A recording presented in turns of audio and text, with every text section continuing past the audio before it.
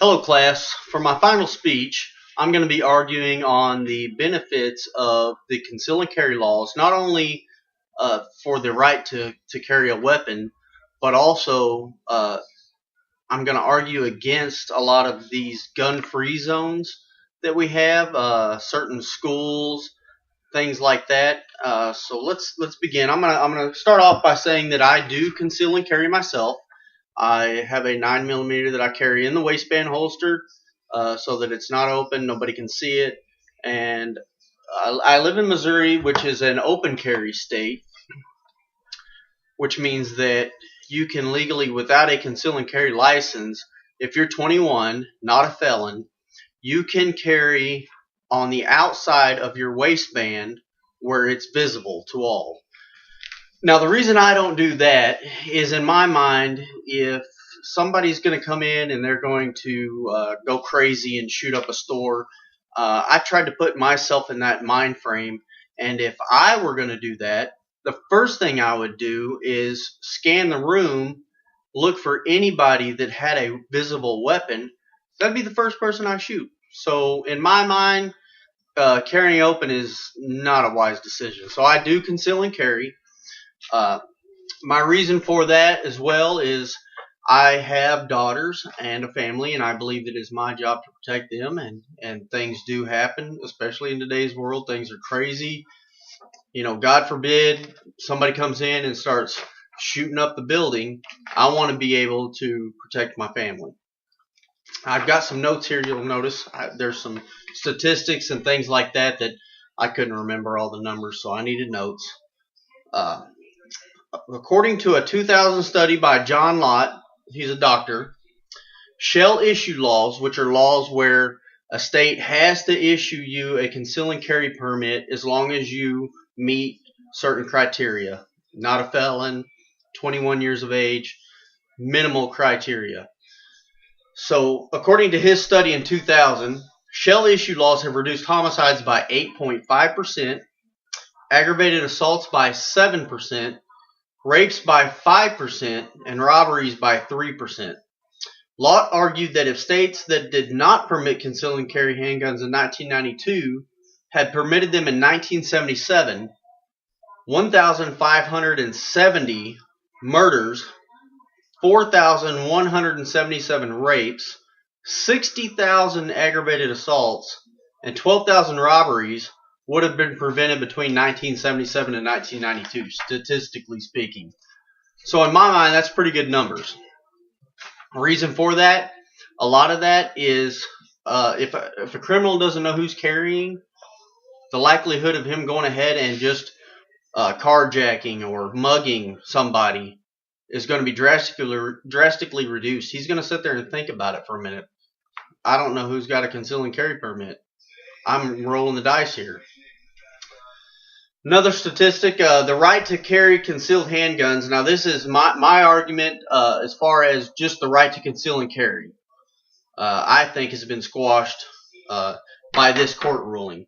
The right to carry concealed handguns is guaranteed by the Second Amendment of the U.S. Constitution. The Seventh Circuit Court of Appeals in December 11, 2012, case Moore versus Madigan, struck down a 1962 Illinois state law that broadly prohibited the carrying of a gun in public. Judge Richard Posner, speaking for the majority, said that the Second Amendment's right to bear arms must be interpreted to include a right to have a concealed gun in public, have it ready for use, and have it for self-defense. Common sense to me.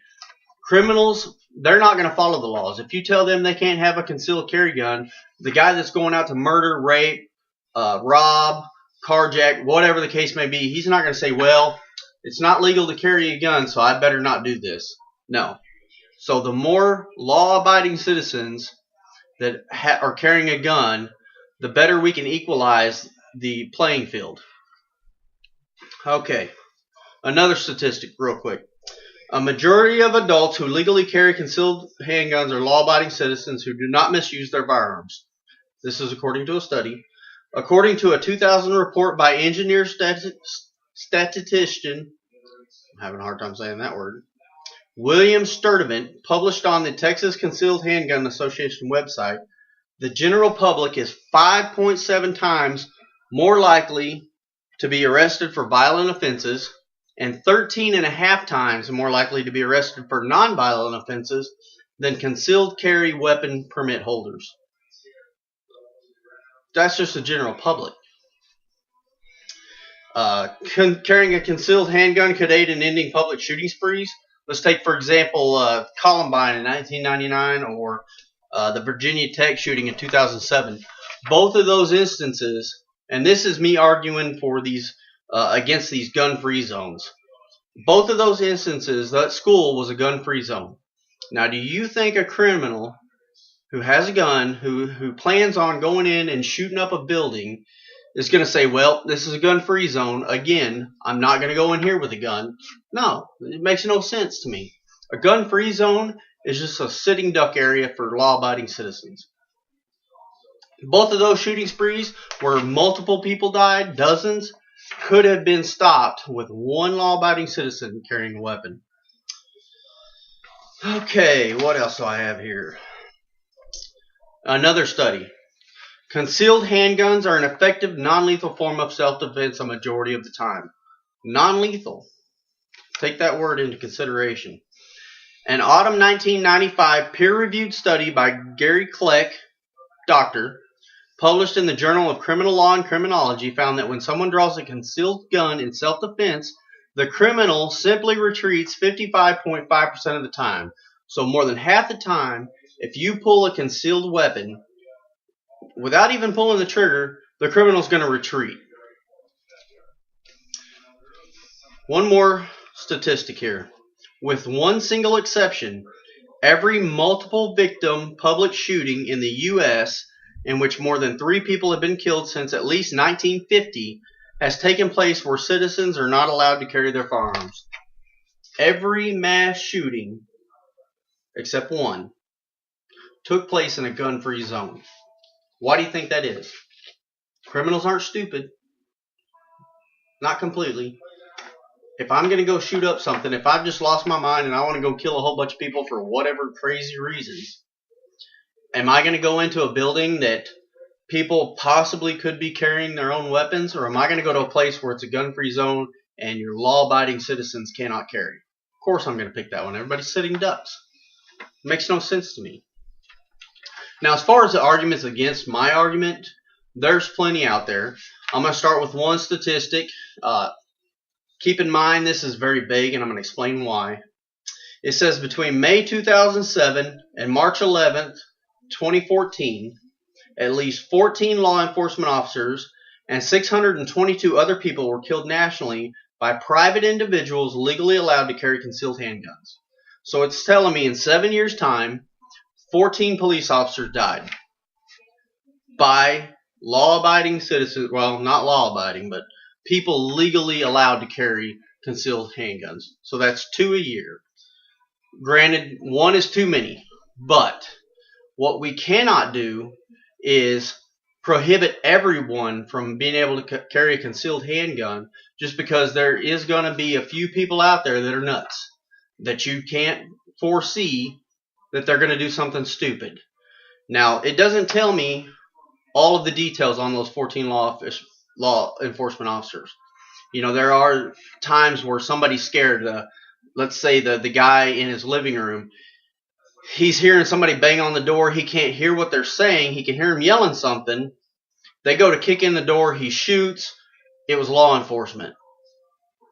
Tragedy, yes, but a valid reason to restrict everybody from carrying a concealed weapon, no. The other statistic here is the 622 other people who were killed nationally by private individuals legally allowed to carry a concealed weapon. Out of those 622, I'm wondering how many of those were criminals either trying to mug somebody, possibly going to kill them. We don't know out of those 622. But again, as far as I'm concerned, you're going to have some people that are legally allowed to carry a weapon that are going to do stupid stuff and go out and kill somebody. We can't stop that. We cannot put knee pads and elbow pads on all the adults in America to just keep them from getting hurt. We just don't know. And the simple fact is, is that restricting guns isn't going to help any of that anyway, because you look at China, where they just had those people go through and they were stabbing all these students on this college campus. There was no gun, but they killed dozens of people by stabbing them.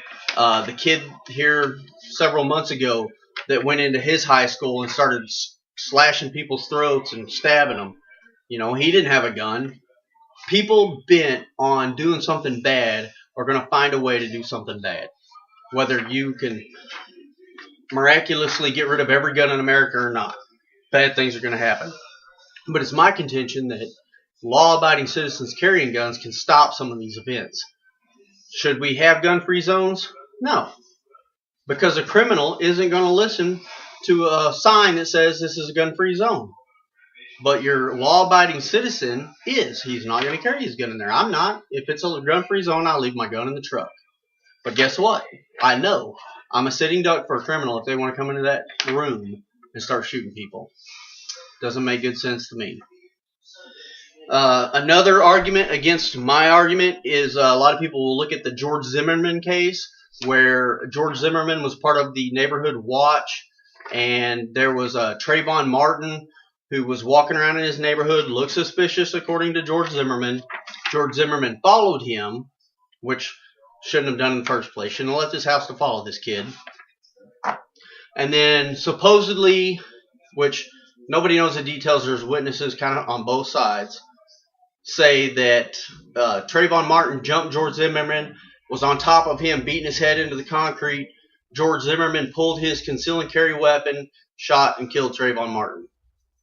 If he was protecting himself, he was well within his rights. If Trayvon Martin was on top of him, bashing his head in, George Zimmerman was well within his rights, regardless of the fact that he was stupid to begin with and should have never gone out and followed this kid, kind of provoking it in my mind.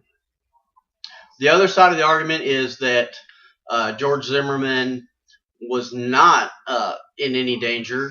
It was actually Trayvon Martin screaming, "Please stop," and George Zimmerman decided to shoot him.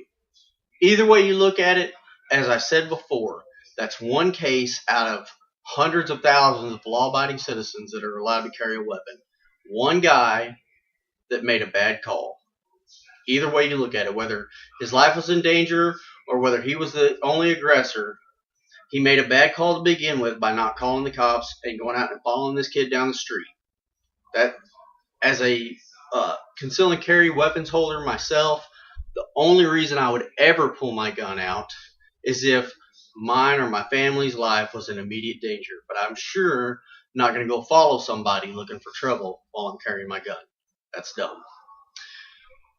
In conclusion, yes, we should be able to conceal and carry. It's guaranteed by the Constitution. It makes good sense. The criminals have guns. The law-abiding citizens should have guns. It's a great deterrent. B, gun-free zone should go away. It's not doing any good for anybody, because the criminal's not going to listen to that sign that says this is a boundary. You can't carry a gun in here. But the law-abiding citizen will. And in many cases in the past, such as Columbine, Virginia Tech, the movie theater shooting, one law-abiding citizen with a weapon could have stopped a whole lot of people losing their lives. And that's it for my speech this week. I appreciate your time. I hope you like it.